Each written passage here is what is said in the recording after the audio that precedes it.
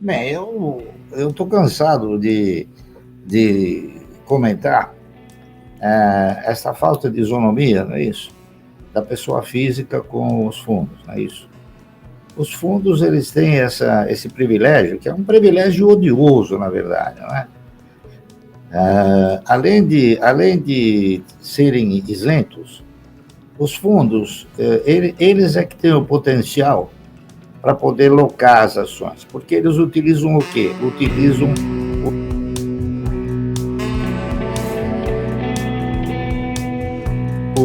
o acervo do fundo para poder garantir essas locações, entendeu? E locam posições extraordinárias. Ainda hoje, olhando a relação da, das ações locadas, eu vi que a Oi tem 670 milhões de ações locadas. O nosso mercado não tem estrutura para suportar uma pressão de 670 milhões vendendo em um só pregão. Por isso é que as coisas são irreais. Recentemente, nós tivemos também uma outra empresa chamada Instituto Brasileiro de Seguros, que teve cerca de 370 milhões de ações locadas, isso, e prejudica a imagem da empresa. Essa distorção de cotação prejudica a imagem da empresa. Então, eu digo o seguinte: grande parte das empresas que são alvos dessas locações, e essas locações são jogadas no mercado, elas têm seu preço distorcido, elas estão num preço real. Muitas delas são preços que são muito mais atrativos do que se poderia imaginar. Então, eu acho que nós devíamos ter uma tributação para os fundos, porque os fundos eles fazem miséria no mercado, a verdade é essa. No Brasil, eu ainda estou para acreditar que nós tenhamos fundos de investimento. 99% dos fundos que nós temos são fundos especulativos. Eles querem saber primeiro o que vai acontecer para bem, para comprarem na frente, e o que vai acontecer para mal, para venderem na frente. Então, a gente percebe que e outra coisa que a gente já consolidou no mercado, não é a pessoa física que derruba o mercado ou que aciona o mercado de uma forma expressiva. São exatamente essas instituições. Essas instituições, quando elas têm que vender, elas saem fora, não interessa o critério, tá entendendo? Vende a qualquer preço, e quando compram também tem que comprar tudo de uma vez, que não é o recomendável. Então, a minha sugestão seria o seguinte, inclusive para efeito de imposto de renda, veja bem, o imposto de renda, ele é obrigado a receber todos esses DARFs, não é isso? E correr atrás do DARF, não é? A Bolsa também criou um mecanismo que fere a ideologia da contabilidade, né? Ela criou crédito sem débito, entendeu? O crédito sem débito é o seguinte: você faz uma operação e tem um prejuízo, você não recolhe. Então, o cidadão passa a ter um crédito. A minha sugestão era o seguinte: que todos pagassem o imposto de renda, todos. E a minha sugestão era um pouco mais agressiva, no sentido de privilegiar a tributação. A minha sugestão é que todas as vendas deveriam ser tributadas com 15% a título de antecipação de imposto. Com isso, o governo ficaria com o dinheiro, está entendendo? E caberia ao fundo ou ao investidor provar que ele não teve o ganho, ou provar que o ganho dele foi inferior àquilo que normalmente teria sido retido a título de imposto na fonte. eu tenho absoluta certeza que o governo arrecadaria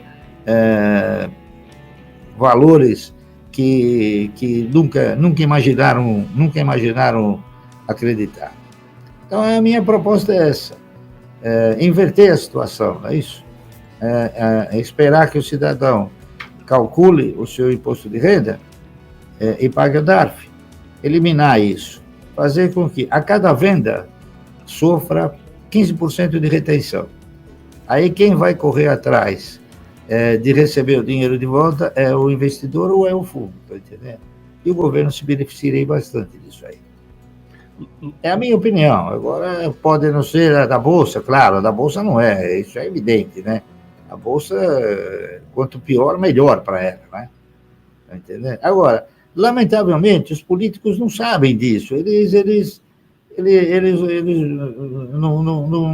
não se aprofundam, tá entendendo? Vocês vejam uma coisa também interessante. Eu combato bastante a distribuição disfarçada de dividendos, não é isso? Existem empresas aí que o membro do conselho ganha R$1.000 e o presidente do conselho ganha R$100.000.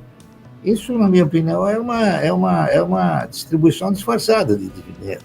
Entendeu? Então, você tem que proteger. Por que é a empresa que determina o número de membros do conselho?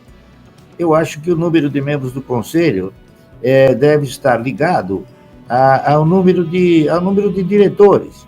Para que a empresa tem 4 ou 5 diretores e 15 membros do conselho? Isso daí o que é? É um papaníquel, tá certo? É uma perda que a empresa tem. Então, nós deveríamos ter políticos que se preocupassem em proteger o aplicador de todos esses absurdos que acontecem no nosso mercado, tá certo? Nós temos também a figura do PhD em Olerite, né? Eu conheço vários que são... O PhD em Olerite, sabe quem é? É aquele que está em 10 conselhos. Esse é o cara, é um PhD em Olerite, porque o nome dele já foi alguma coisa na política, então as empresas colocam o cidadão como membro do conselho para dizer que alguém compartilha com a empresa, enfim, para prestigiar, né? Mas eu acho que não há prestígio nenhum. Mas o pior seria colocar alguém no conselho, não só para prestigiar, para dizer que é um cara importante, mas para conseguir algumas facilidades, digamos assim, né? Também. Que eventualmente ele consegue por já estar tido no poder, né?